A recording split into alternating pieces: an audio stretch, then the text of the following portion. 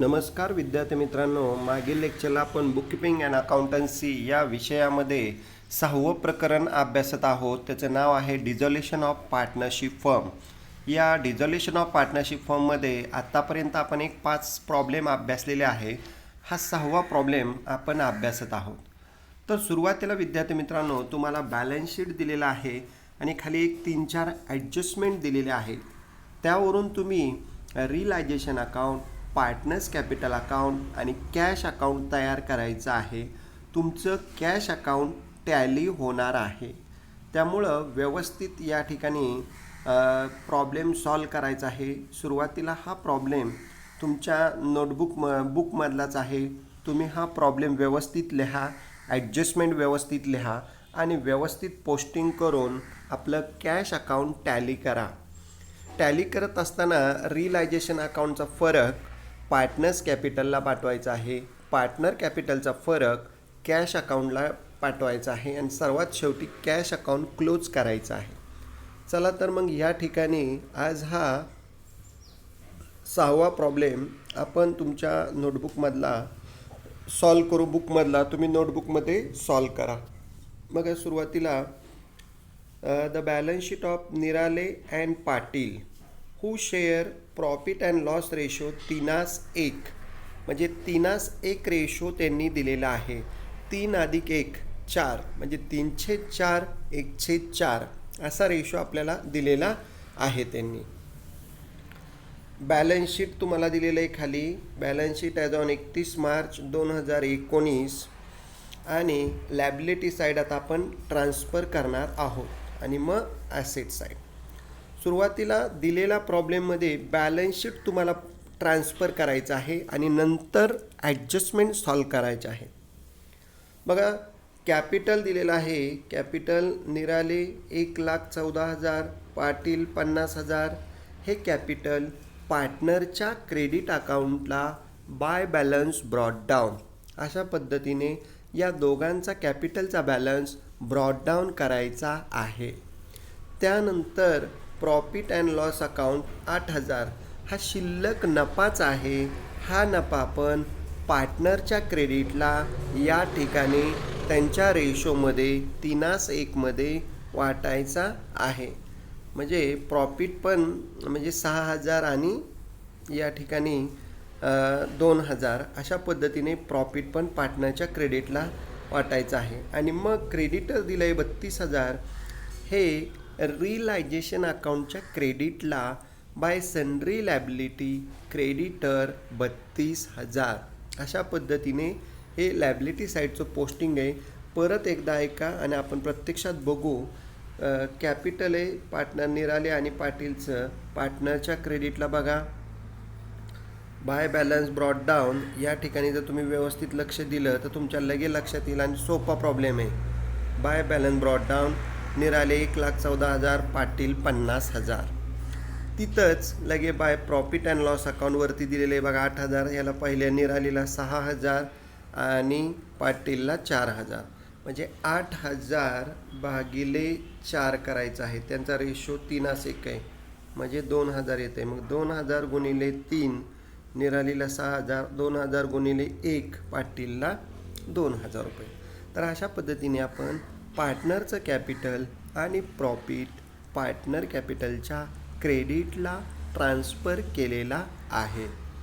आता आपण या ठिकाणी लक्षात घ्या, पुढं क्रेडिटरसुद्धा आपण बघितलं 32,000 लायबिलिटीचं. हे क्रेडिटरसुद्धा रियलायझेशनच्या क्रेडिटला बाय सनरी लॅबिलिटी त्यामध्ये क्रेडिटर 32,000 आउटर कॉलमला डायरेक्ट. तर अशा पद्धतीने लॅबिलिटी साईडचं कॅपिटल, प्रॉफिट लॉस आणि क्रेडिटर आपण ट्रान्सफर केलेलं आहे. आता असेट साईडचं पोस्टिंग बघू म्हणजे तुमच्या लक्षात येईल. सर्व विद्यार्थ्यांनी व्यवस्थित लक्ष द्यायचं आहे. बघा, लॅबिलिटीची टोटल 2,04,000 रुपये दिलेली आहे. आता असेटमध्ये बघा, बिल्डिंग 60,000 आहे, मशिनरी 50,000 आहे, स्टॉक 30,000 आहे, डेटरचं 42,000 आहे. हे सर्व असेट रियलायझेशनच्या डेबिटला मूळ किमतीने पाठवायचे आहेत. म्हणजे बिल्डिंगपासून डेटरपर्यंत सगळ्या असेट रियलायझेशनच्या डेबिटला मूळ किमतीने टू सन्ड्री ॲसेट म्हणून रिलायझेशनच्या डेबिटला पाठवायच्या आहेत। आणि मग कॅशचा बॅलन्स 20,000 आहे, तो कॅश अकाउंटच्या डेबिट साईडला पाठवायचा आहे। बघा या ठिकाणी जर तुम्ही व्यवस्थित लक्ष दिलं तर लक्षात येईल की रिलायझेशनच्या डेबिटला to sundry asset building 60,000, machinery 50, stock 30 आणि डेटर 44, टोटल 1,84,000 सर्व ॲसेट आपण रिलायझेशनच्या डेबिट साईडला मूळ किमतीने ट्रान्सफर केलेल्या आहेत। आणि आता कॅश अकाउंट शेवटी तयार केलेला आहे। कॅश अकाउंटचा balance to balance brought down 20,000 रुपये। तर अशा पद्धतीने कॅश अकाउंटचा बॅलन्स आपल्याला या ठिकाणी ट्रान्सफर आपण केलेला आहे आणि सर्व ॲसेट आपण रिलायझेशनच्या डेबिटला पण पाठवलेल्या आहेत। म्हणजे आता तुम्हाला लक्षात येईल ॲसेट रिलायझेशनच्या डेबिटला डेटरपर्यंत कॅश पाठवलं 20,000, ॲसेट साईडची टोटल आहे 2,04,000, लॅबिलिटीची 2,04,000। तर या पद्धतीने विद्यार्थी मित्रांनो सुरुवातीला आपण बॅलन्स शीट ट्रान्सफर करायचं आहे, पोस्टिंग करून घ्यायचं आहे, नंतरच ॲडजस्टमेंटकडं या ठिकाणी जायचं आहे, लक्षात घ्या। आता ॲडजस्टमेंट बघा खाली या ठिकाणी दिलेलं आहे, the firm was dissolve on 31 December 2019। म्हणजे 31 डिसेंबर 2019ला आपली फर्म डिझॉल्व झाली आहे, म्हणजे क्लोज झालेली आहे। पहिली ॲडजस्टमेंट बघा, निराले टू कोहर ऑफ द मशिनरी फॉर ₹40,000। निराले या पार्टनरने मशिनरी टेकन ओव्हर केलेली आहे, स्वतःसाठी घेतलेली आहे, पर्सनल यूजसाठी मशिनरी घेतलेली आहे। आता हिचं इफेक्ट आहे का, सुरुवातीला मशिनरी आपण रिलायझेशनच्या डेबिटला पाठवली होती, ती टेकन केली म्हटल्यानंतर रिलायझेशनच्या क्रेडिटला बाय निराले कॅपिटल 40,000 आणि निरालेच्या डेबिटला टू रिलायझेशन 40,000। तर अशा पद्धतीने रिलायझेशनच्या क्रेडिटला आणि पार्टनरच्या डेबिटला असे दोन इफेक्ट झालेले आहेत। बघा या ठिकाणी रिलायझेशनच्या क्रेडिटला बाय निराले कंसात मशिनरी टेकन 40,000 रुपये आणि दुसरा इफेक्ट निरालेच्या डेबिटला या ठिकाणी टू रिलायझेशन निराले पार्टनरला 40,000 रुपये। आता पाटीलने बघू काय घेतलेलं आहे ते नंतर लक्षात येईल, म्हणजे रिलायझेशनच्या क्रेडिटला निरालेच्या डेबिटला। आता सेम दुसरी ॲडजस्टमेंट बघू या ठिकाणी,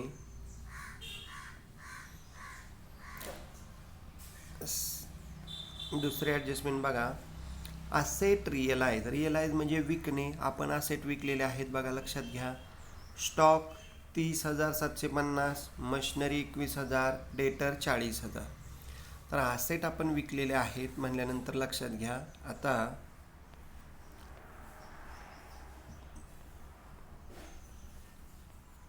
असेट विकले म्हणल्यानंतर त्याचा इफेक्ट आहे का, सुरुवातीला असेट रिलायझेशनच्या डेबिटला पाठवल्या होत्या, विकल्यानंतर रिलायझेशनच्या क्रेडिटला या ठिकाणी बाय कॅश स्टॉक 30,750, डेटर 40,000, मशिनरी 21,000, टोटल 91,750। म्हणजे असेट विकल्या की रिलायझेशनच्या क्रेडिटला बाय कॅश आणि कॅश अकाउंटच्या डेबिट साईडला टू रिलायझेशन अकाउंट। म्हणजे या पद्धतीने लक्षात घ्या, असेट आपण विकल्या की रिलायझेशनच्या क्रेडिटला पाठवतो आणि मग कॅश अकाउंटच्या डेबिट साईडला to realisation account asset realise 91,750। तर अशा पद्धतीने आपण असेट सेल केल्या की रिलायझेशनच्या क्रेडिटला आणि बाय कॅश आणि कॅशच्या डेबिटला टू रिलायझेशन एकत्रित अमाऊंट आपण केलेली आहे, इनरला नंतर आउटरला। आता तिसरी ॲडजस्टमेंट या ठिकाणी लक्षात घ्या, Patil agree to take over the building for ₹70,000। इथं रक्कम 70,000 आहे, लक्षात घ्या। बिल्डिंगची जी काय अमाऊंट आहे ते बिल्डिंग 70,000 रुपयाला टेकन केलेली आहे, तिथं 7 मांडायचं राहिलेलं आहे, म्हणजे इथं 70,000 रुपये आहे, लक्षात घ्या। म्हणजे बिल्डिंग 70,000 रुपयाला पाटीलने टेकन ओव्हर केलेली आहे। आता पाटीलने बिल्डिंग नेली म्हणल्यानंतर आपण रिलायझेशनच्या डेबिटला बिल्डिंग पाठवली होती, नेल्यानंतर टेकन केल्यानंतर रिलायझेशनच्या क्रेडिटला बाय पाटील अकाउंट 70,000 आणि पाटीलच्या डेबिटला टू रिलायझेशन 70,000. म्हणजे रिलायझेशनच्या क्रेडिटला आणि पार्टनरच्या डेबिटला अशा पद्धतीने हे दोन पोस्टिंग आपण केलेले आहेत ॲडजस्टमेंटचे. बघा, रिलायझेशनच्या क्रेडिटला बाय पाटील बिल्डिंग टेकन 70,000 रुपये आणि या ठिकाणी पार्टनरच्या डेबिटला टू रिलायझेशन पाटीलला 70,000 रुपये. सेम निराली पद्धतीने त्यांनी मगाशी मशिनरी नेली होती, हिने बिल्डिंग टेकन ओव्हर केलेली आहे. सेम ॲडजस्टमेंट आहे. आता पुढं या ठिकाणी पुढची ॲडजस्टमेंट बघा, तिसरे झाले. आता चौथी बघा, ही पण दरवेळी येणारी ॲडजस्टमेंट आहे. The dissolution expenses ₹1,000. म्हणजे आपली संस्था बंद करण्यासाठी खर्च आलेला आहे 1,000 रुपये. याचा इफेक्ट आहे का, रिलायझेशनच्या डेबिटला टू कॅश अकाउंट कंसात एक्सपेन्सेस आणि कॅश अकाउंटच्या क्रेडिट साईडला बाय रिलायझेशन कंसात एक्सपेन्सेस. म्हणजे रिलायझेशनच्या डेबिटला कॅश आणि कॅश अकाउंटच्या क्रेडिटला बाय रिलायझेशन 1,000 रुपये 1,000 रुपये. बघा, या ठिकाणी जर तुम्ही बघितलं तर लक्षात येईल तुमच्या, हे सेकंड रिलायझेशन आहे बरं का, वरती एक काही जागा पुरत नाही म्हणून. टू कॅश अकाउंट कंसात रिलायझेशन अकाउंट 1,000 रुपये आणि कॅश अकाउंटच्या कॅश अकाउंटच्या क्रेडिट साईडला बाय रिलायझेशन अकाउंट 1,000 रुपये कंसात एक्सपेन्सेस. म्हणजे रिलायझेशनच्या डेबिटला कॅश आणि कॅशच्या क्रेडिटला बाय रिलायझेशन अकाउंट. तर या पद्धतीने ही चौथी ॲडजस्टमेंट झाली. आता लास्ट वन, शेवटची ॲडजस्टमेंट पाचवी, ती पण महत्त्वाची आहे. The creditor were paid ₹30,400. आपण क्रेडिटरचे पैसे दिलेले आहेत 30,400 रुपये. मग आता क्रेडिटर इफेक्ट आहे का, क्रेडिटर आपण रिलायझेशनच्या क्रेडिटला पाठवलं होतं. आता पैसे दिले की डेबिटला टू कॅश कंसात क्रेडिटर पेड आणि कॅशच्या क्रेडिटला बाय रिलायझेशन कंसात क्रेडिटर पेड. म्हणजे रिलायझेशनच्या डेबिटला आणि कॅश अकाउंटच्या क्रेडिट साईडला सेम एक्सपेंडिचर सारखंच. बघा, रिलायझेशनच्या डेबिट साईडला या ठिकाणी तुमच्या लक्षात येईल, रिलायझेशनच्या डेबिटला to cash account creditor paid 30,400 आणि कॅश अकाउंटच्या क्रेडिट साईडला बाय रिलायझेशन कंसात क्रेडिटर पेड. म्हणजे रिलायझेशनच्या डेबिटला कॅश आणि कॅश अकाउंटच्या क्रेडिटला बाय रिलायझेशन 30,400 30,400. तर अशा पद्धतीने आपण हा म्हणजे सर्व ॲडजस्टमेंट या ठिकाणी आपण पाठवलेल्या आहेत, ट्रान्सफर केलेल्या आहेत. आता खाली आपल्याला सांगितलेले त्यांनी प्रिपेअर म्हणजे तयार करा. रिलायझेशन अकाउंट आपण तयार केलं, इनर आउटर कॉलम त्याला व्यवस्थित एक 10-12 ओळीचं तयार करा. पार्टनर्स कॅपिटल एक 5-6 ओळीचं आणि कॅश अकाउंट तयार केलेलंच आहे आपण 5-6 ओळीचं. तर या पद्धतीने हे 3 लेजर अकाउंट तयार करून या ठिकाणी प्रॉब्लेम आपण सॉल्व करायचा आहे. परत एकदा ऐका, या ॲडजस्टमेंट मी परत एकदा सांगतोय, मी काय विद्यार्थ्यांना अजून समजते, लक्षात घ्या. द फर्म वॉज डिझॉल्व, संस्था बंद केलेली आहे. फक्त व्यवस्थित ऐका. पहिली ॲडजस्टमेंट बघा, Nirale to over of machinery for ₹40,000. Nirale पार्टनरने मशिनरी नेली. इफेक्ट ऐका, रिलायझेशनच्या क्रेडिटला बाय निराले आणि निरालेच्या डेबिटला टू रिलायझेशन.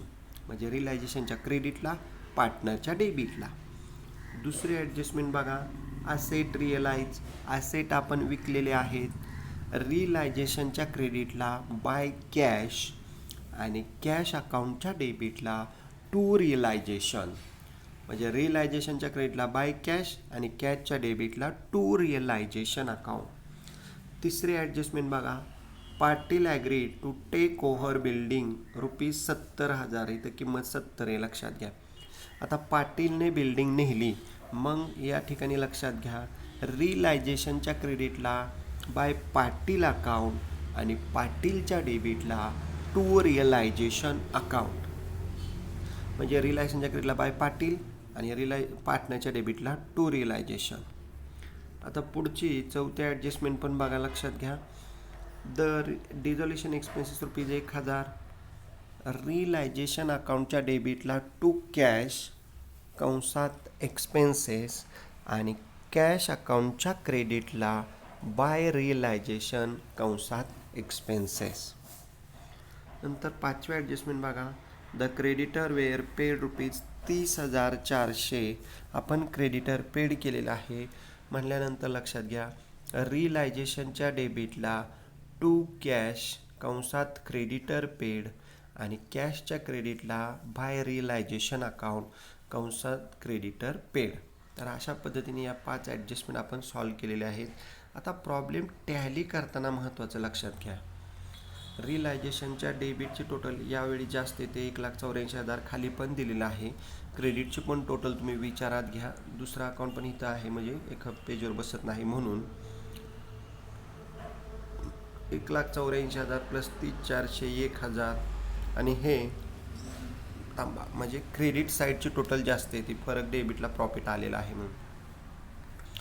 क्रेडिटची बघा, ज्या बाजूची टोटल जास्त येते अगोदर घ्यायची. 32,000, 40,000, 91,750 आणि 70,000. तर अशा पद्धतीने टोटल येते आपली, लक्षात घ्या. या ठिकाणी टोटल येते आपली रिअलायझेशन अकाउंटची 2,33,750. तीच डेबिटला घ्यायची 2,33,750. त्याच्यामधनं 1,000, 30,400 आणि वरचे 1,84,000 वजा करा.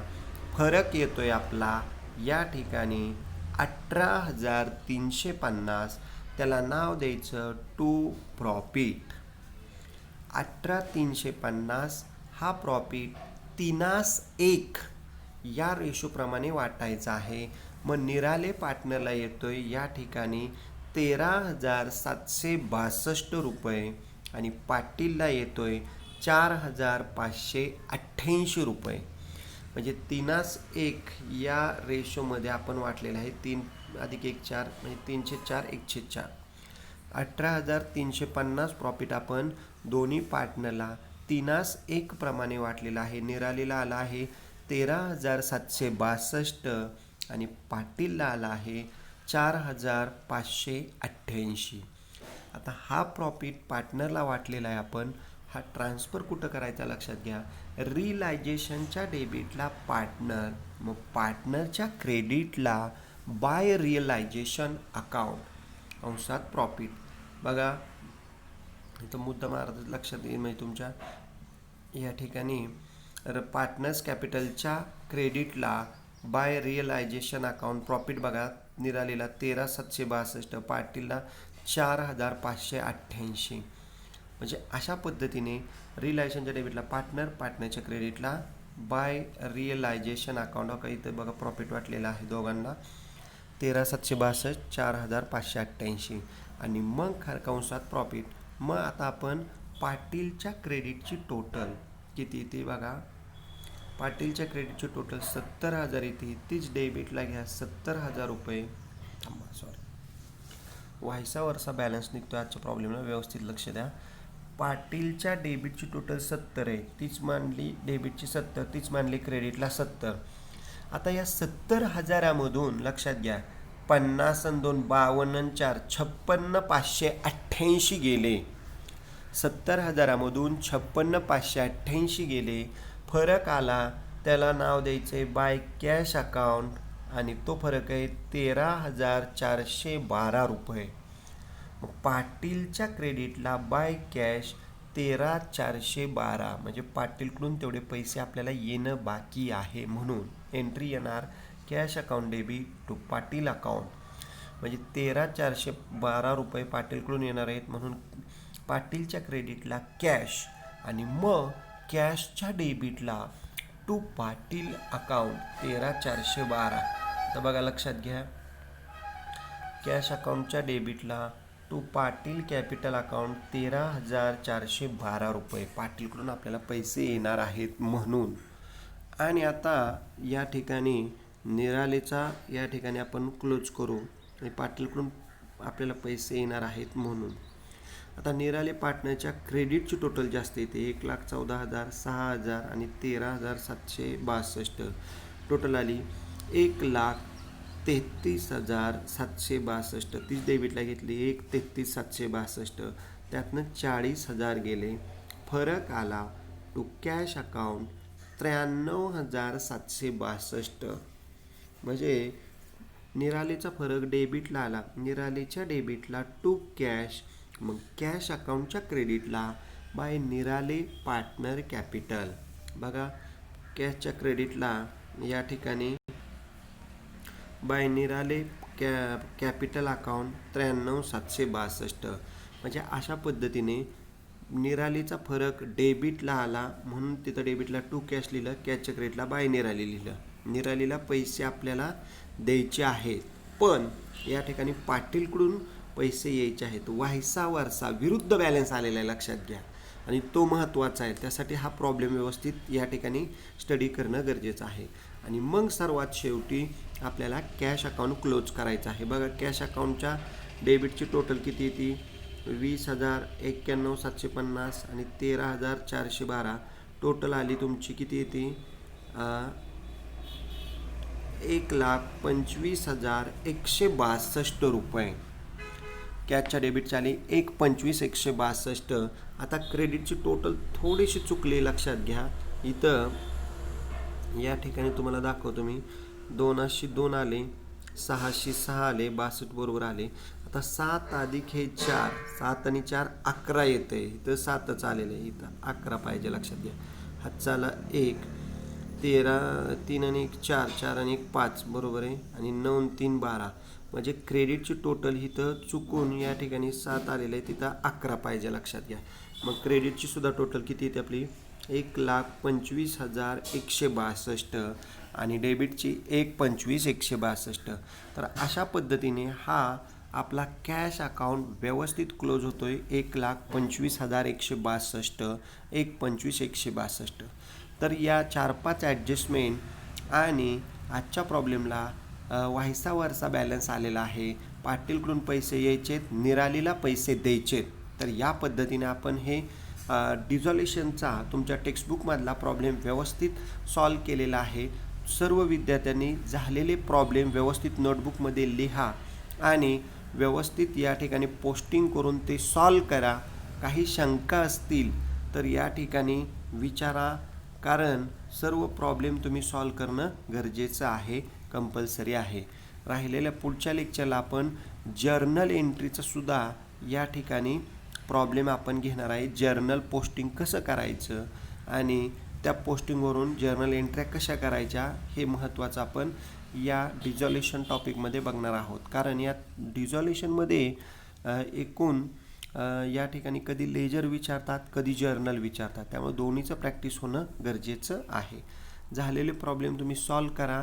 ठीक आहे, थँक्यू. राहिलेला भाग नेक्स्ट लेक्चरला आपण अभ्यासू. धन्यवाद.